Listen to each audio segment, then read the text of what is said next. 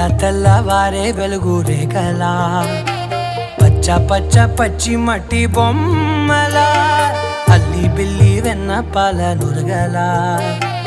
అచ్చ తెలుగు ఇంటి పూల కొమ్మలా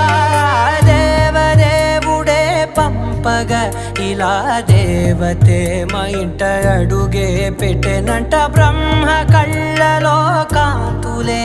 మా అమ్మలా మా కోసం మళ్ళీ లాలి పాడేనంట. వచ్చిందమ్మా వచ్చిందమ్మా